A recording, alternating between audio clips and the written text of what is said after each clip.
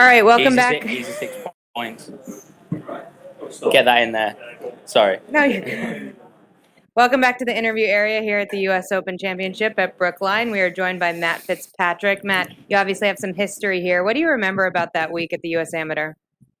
Yeah, I remember everything. You know, I've been back a few times since, and love coming back here. Obviously, sort of having my family here the whole week, and my brother on the bag was really special. So yeah, it's just great memories. Talk about the golf course a little bit. How does someone need to play to perform well here, and what have you seen so far today? I've not been out today. I'm going to go out tomorrow. So, but yeah, back in 2013, it was, you know, you had to hit fairways and greens. The fairways were really tight, and the rough was thick. And that's what I really did well that week, as well as scrambled really well. So, I think by the looks of it, from what I can see, it's the same again, which is nice. Yeah, I'm just really looking forward to going out there tomorrow and playing. Right here on the right, Dave.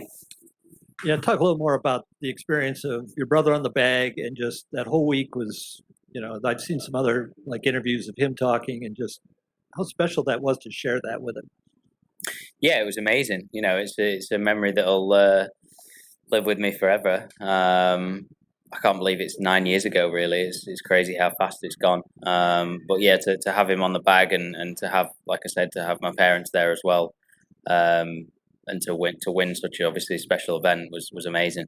Was there one moment that you recall from your conversations with him, you know, during the course of any round or match play or whatever, where it just sort of stuck with you if he said something?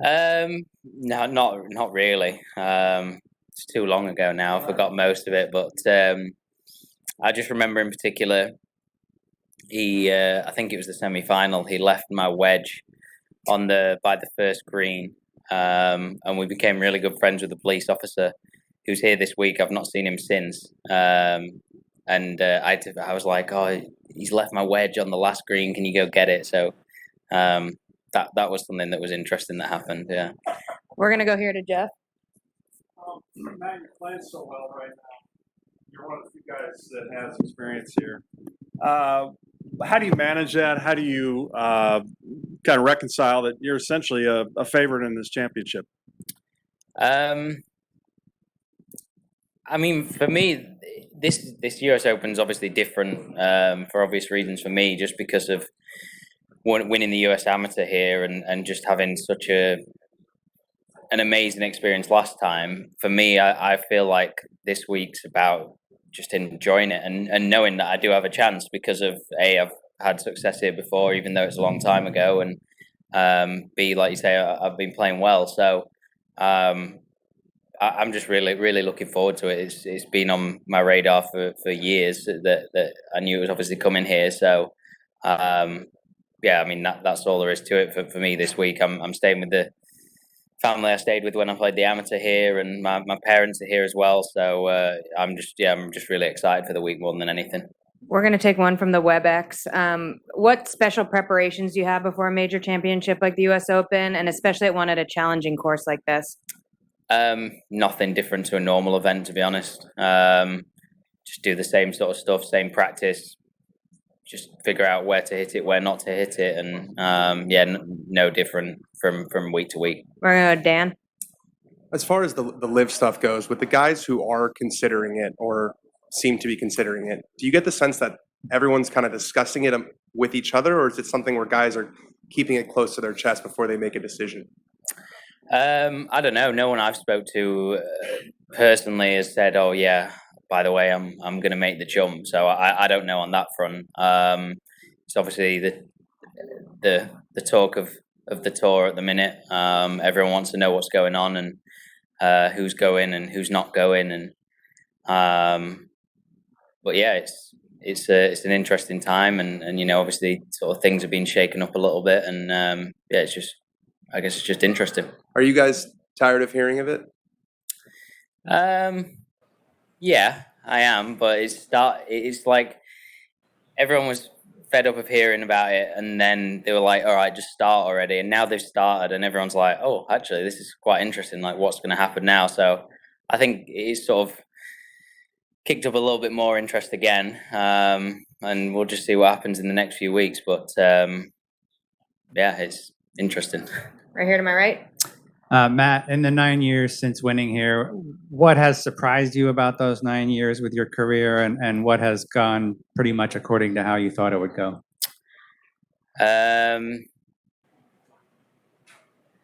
Probably almost that I beat Rory McIlroy in driving last week. You know, when if I look back at my game 9 years ago, I would say I'm the same player, but a very different player. My strengths are still my strengths, but they've just got better, in my opinion. And I think looking at what I've achieved, I think sometimes maybe I don't give myself enough credit for what I have done. But my personal opinion, I'm always trying to get better. I'm always trying to do things better and find ways I can improve. And I think for me, if someone had told me I'd be stood here and this is what I've achieved and done, I'd have snatched the hand off. Your strengths being what? Putting and driving. Yeah, putting and driving. Second row on the right.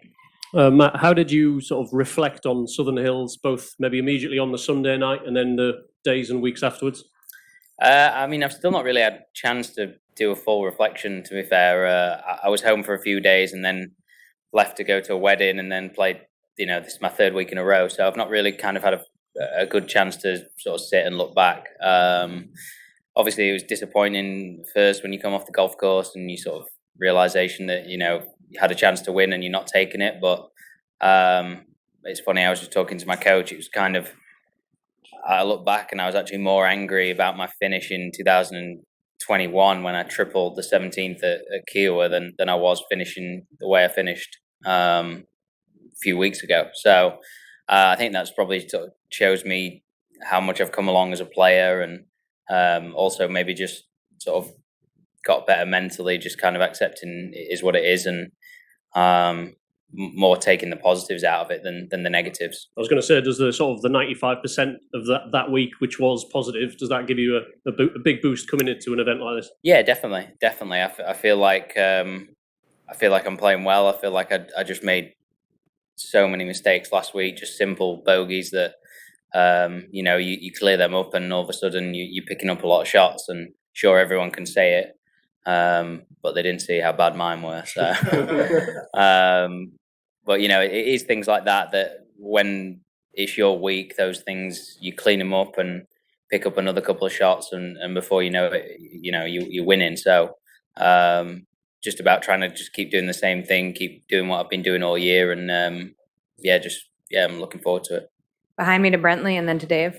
Matt, you said you're staying with the same host family this week. What are their names, and is this something where you guys keep in contact a lot, or did you just kind of hit them up after all these years? No, we've been in touch a lot. Yeah, we've been in touch a lot. I actually came for Thanksgiving when I was in college briefly, 2013, and then played golf with them a couple of years ago here.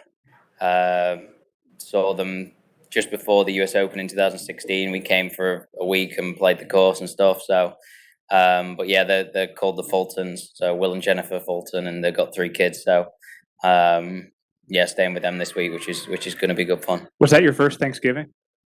It was, yeah. I don't really like Thanksgiving food. It's not for me. What's your least favorite food? Of Thanksgiving? Yeah. Green beans. Worst thing ever invented. Here to Dave. Given your strengths that you mentioned, driving and putting, do you like U.S. Open setups? I mean, when you come into them, you say, yeah, I should probably play pretty well in these. Yeah, I mean, before US PGA, I've finished my best major finishes have been in US Opens. I've had a couple 12th, I think, maybe another top 20. So I do probably prefer the US Open setup the most, just because, I just love how tough they tend to get the golf courses. Particularly, I know it didn't get the best reviews, but I thought it was fantastic with Shinnecock in 2018. I thought it was absolutely unreal. I thought, you had to know where to hit it and where not to hit it, and that's the point of a practice round. And when players were complaining about that, it was obviously that they didn't do the homework. So, that's what I like about the USGA, and when they set up golf courses, they set them up tough, and it normally the best player wins during that week. Back to Phil and then Dan. Just wondering what Billy might have said to you on the Sunday, because it started well for him with Leeds surviving, unfortunately. But did he say anything afterwards about sort of going forward and your chances to win majors? Because he's obviously had a lot of experience. Not a lot, not a lot really. He's obviously experienced that a lot himself, and he just sort of said the same thing as kind of what I was thinking. Really, is just keep doing what I'm doing, and just keep giving yourself chances. The more chances you give yourself, you're eventually going to knock one of them off. So I think that's what he told me, and that's what I believe in. So just got to keep doing what I'm doing, and hopefully it'll work out. And if you don't get that flyer on the first hole on the final round, different. Yeah, of course. Like I said earlier, it's same for everyone. Everyone can kind of say this and that, but those those things happen when it's your week. They things like that don't happen, or they hit the TV tower and come back on the green. Dan. It feels like over the last month, maybe it's started at Southern Hills, but you're just getting more attention as far as you're doing a press conference here, you're playing in featured groups. We can see it from the outside. Can you feel that? I don't know if it's different interactions with players or there's more cameras around, but I'm always interested in when guys make that jump, what that feels like. It's because everyone's leaving the PGA Tour. That's why they're digging up the dregs. Yeah, I mean, listen, I feel like I've been lucky in Europe for ever since I came out on tour that they've treated me incredibly well. I've been in TV groups. I've been in a lot of the media stuff that they do, and the European Tour have been great with me for that. I know particularly coming on over to the PGA Tour as not really having a ranking, or I know for a fact Billy's told me stories. Westy was world number one. I don't know if he was a member of the PGA Tour, but he was first or second group off. So he's best player in the world, and he's not getting good tee time. So I just think I don't really know what it is, but you sort of come over to the US as a European, and you don't necessarily get thrusted into the limelight straight away compared to Europe. Whereas if you're American, you go over and you're straight into the TV group. So I think there is a little bit to do with guys that had jumped ship and gone to live. And I think, at the same time, I have played a little bit better as well. So I think it's a bit of both. Brentley. How would you say the trajectory of your career changed when you won here in 2013? Do you think things would have played out any differently had you maybe perhaps not made it through to at least the final? Yeah, I mean, I guess I probably would have. Well, I don't know if I'd have done 4 years. I don't know if I'd have passed my first year. So I think for me, it's. I think sort of looking back, winning the US Amateur, all of a sudden it opens up all these doors. I never realized how big of a deal it was over here until after winning. You play all three. You played three of the 4 majors. I got invited to Bay Hill. Got invited to Memorial, RBC Heritage. So I've got all these events that I've been invited to. And just opportunities to get experience playing professional golf. And I think without that, you don't win a big tournament. You kind of, you go to Q school having not really played much professional golf experience. And it's, I just think having the experience playing against some of the best players has definitely helped me. You see where your game is at, and you see what you need to improve on, what they do well. And I think because of obviously winning here sort of gave me that experience. Last question will be from the WebEx. Matt, given your recent comment on green beans, someone would like to know your thoughts on clam chowder, given it's a classic New England dish. Also terrible. Never tried it, but probably terrible. Yeah. Thanks for your time, Matt. All right, thanks. Clam chowder's lovely. I'm with you on the green beans.